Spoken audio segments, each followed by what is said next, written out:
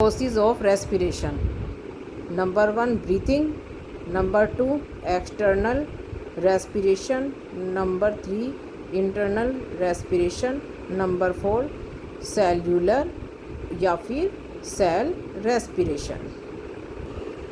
अब देखना है ब्रीथिंग। जो प्रोसीजर होता है फ्रेश एयर को लेना, उसमें से फिर ऑक्सीजन को गेट करना, और जो एयर है जिसमें कार्बन डाइऑक्साइड बहुत ज़्यादा मात्रा में है उसको शरीर से बाहर निकाल देना ब्रीथिंग है।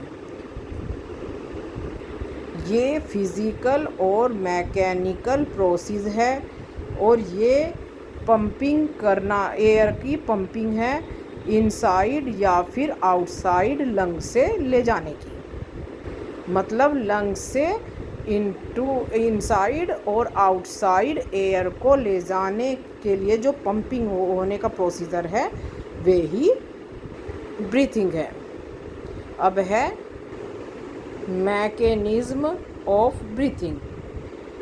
जो एयर है ऑक्सीजन से भरी हुई उसे लंग्स तक पहुंचाने का जो प्रोसीजर है उसे इनहेलेशन कहते हैं, और जो कार्बन डाइऑक्साइड से रिच एयर है उसे शरीर से बाहर निकालने को एक्सहेलेशन कहा जाता है। जो ये ब्रीथिंग का प्रोसीजर है इसके अंदर जो रिब की मसल्स हैं और जो डायफ्रैगम की मसल हैं दोनों साथ साथ काम करती हैं। ड्यूरिंग इनहेलेशन क्या होता है अब वो देखेंगे। जब इनहेलेशन करते हैं मतलब सांस अंदर लेते हैं उस समय जो रिब की मसल्स हैं वे कॉन्ट्रैक्शन हो जाता है उनके अंदर, जिसकी वजह से जो हमारी रिब्स होती हैं ना वे अपवर्ड और आउटवर्ड रेज्ड हो जाती हैं, और जो डायफ्रागम है वो नीचे की तरफ पुल हो जाता है, मतलब फ्लैट हो जाता है। जो ये थोरेसिस कैविटी है और लंग्स हैं वे उनकी वॉल्यूम इंक्रीज हो जाती है, और जो लंग्स के अंदर एयर का प्रेशर है वो डिक्रीज हो जाता है।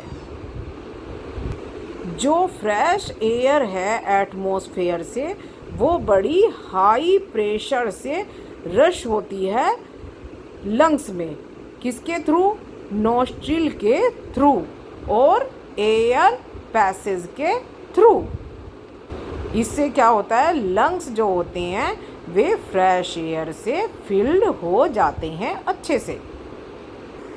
एक बार और देख लेते हैं जो ये ड्यूरिंग इनहेलेशन क्या होता है। मतलब जब हम सांस लेते हैं अंदर तब क्या होता है, जो रिब्स मसल्स हैं वे कॉन्ट्रैक्शन में आती हैं, जिसकी वजह से जो रिब्स है वो रेज हो जाती है अपवर्ड की तरफ और आउटवर्ड की तरफ, ठीक है ना।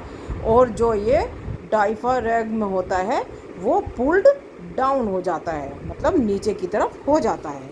इसके अलावा जो लंग्स की और थोरेसिस कैविटी की वॉल्यूम है वो इंक्रीज हो जाती है, और एयर प्रेशर जो है लंग्स के अंदर वो डिक्रीज हो जाता है। फ्रेश एयर एटमॉस्फेयर से हाईली प्रेशर में एकदम से लंग्स के अंदर नोस्ट्रिल और एयर पैसेज के थ्रू आ जाती है, और जो हमारे लंग्स हैं वो एकदम फ्रेश एयर से फिल हो जाते हैं। अब ड्यूरिंग एक्सहेलेशन की बात है, मतलब जब हम सांस बाहर की तरफ निकालते हैं जब क्या होती है, अब बिल्कुल उल्टा होता है पहले की तरह। पहले जो रिब्स थी वो रेज हुई थी अपवर्ड और आउटवर्ड, लेकिन अब क्या है वे डाउनवर्ड और इनवर्ड मूव हो जाती हैं। जो डायफ्रागम पहले डाउन की तरफ हो गया था अब वो अपवर्ड हो जाता है, मतलब कि रिब्स और डायफ्रागम अपनी ओरिजिनल पोजीशन में रिटर्न हो जाते हैं। अब जो थोरेसिस कैविटी और लंग्स थी उनकी वॉल्यूम डिक्रीज हो जाती है, और जो एयर का प्रेशर है लंग्स के अंदर वो इंक्रीज हो जाता है। Air from lungs is pushed out through air passes and nostril. जो हम इनहेल और एक्सहेल करते हैं दोनों ही बार में एयर को करते हैं, लेकिन जो एयर का कंपोजिशन होता है, मतलब जो उसके अंदर इनहेल और एक्सहेल करते हुए कंपोजिशन, मतलब जिन चीज़ों से वो बनी है, जो चीज़ उसके अंदर मिक्स होती है, वे दोनों अलग अलग होती हैं। जब हम एयर को इनहेल करते हैं तो मोर ऑक्सीजन और लेस कार्बन डाइऑक्साइड है, जबकि जब एक्सहेल करते हैं हम एयर को, मतलब शरीर से बाहर निकालते हैं, एकदम उल्टा हो जाता है, ऑक्सीजन लेस रह जाती है और कार्बन डाइऑक्साइड मोर हो जाती है।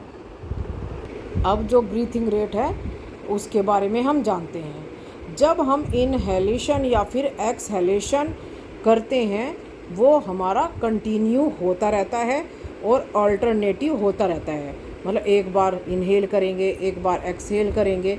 अब जो एक बार हम इनहेल करना और एक बार एक्सहेल करना ही जो ब्रीथ है वो माना जाता है। मतलब अगर हम एक ब्रीथ कहेंगे तो कि एक बार ब्रीथिंग की है हमने, मतलब एक बार इनहेल और एक्सहेल दोनों एक बार किया होगा, तब उसे ब्रीथिंग कहेंगे।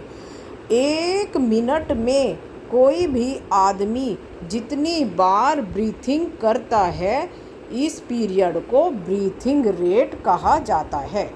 नॉर्मली जो ब्रीथिंग रेट होता है वो 16 से 18 टाइम पर मिनट होता है, लेकिन ये ब्रीथिंग रेट 25 टाइम तक बढ़ जाता है अगर हम किस समय, अगर हम फास्ट रनिंग कर रहे हैं या फिर कोई हैवी एक्सरसाइज कर रहे हैं।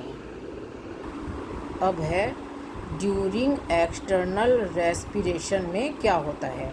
इस समय जो है बहुत सारी ब्लड और जो एयर है वे दोनों, इनमें बहुत सारी गैसें एक्सचेंज होती हैं लंग्स के एल्वियोली के अंदर। मतलब कि लंग्स के अंदर जो एल्वियोली है उसके अंदर जो एयर और ब्लड में बहुत सारी गैसें एक्सचेंज होती हैं।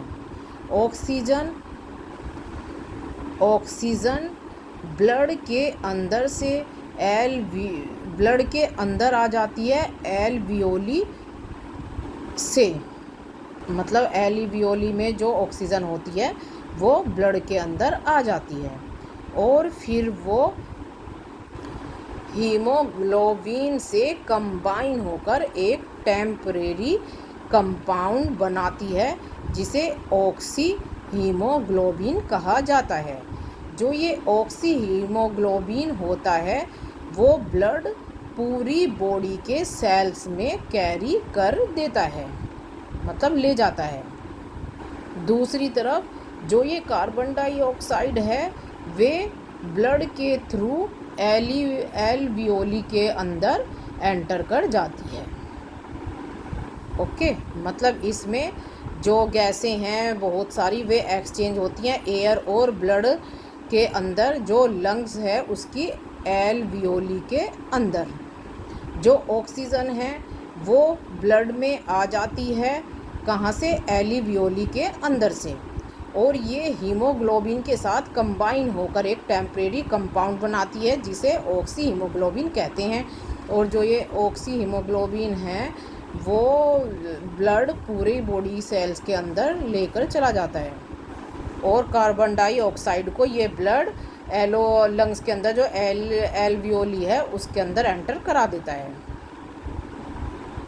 अब है इंटरनल रेस्पिरेशन।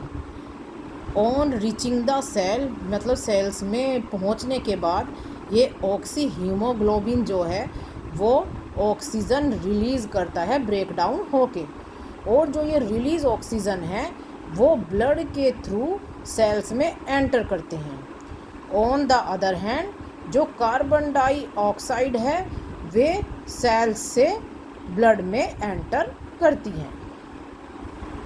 सेल्यूलर रेस्पिरेशन या फिर सेल रेस्पिरेशन। जो ग्लूकोज है उसका जब वो सेल के अंदर ब्रेक डाउन होता है उसका, और जो वो कार्बन डाइऑक्साइड और एनर्जी प्रोड्यूस करता है, उसे ही सेल्यूलर रेस्पिरेशन कहते हैं। ओके, सेल्स के अंदर ग्लूकोज का ब्रेक डाउन होने पर कार्बन डाइऑक्साइड और एनर्जी प्रोड्यूस होने को सेल्यूलर रेस्पिरेशन या सेल रेस्पिरेशन कहते हैं।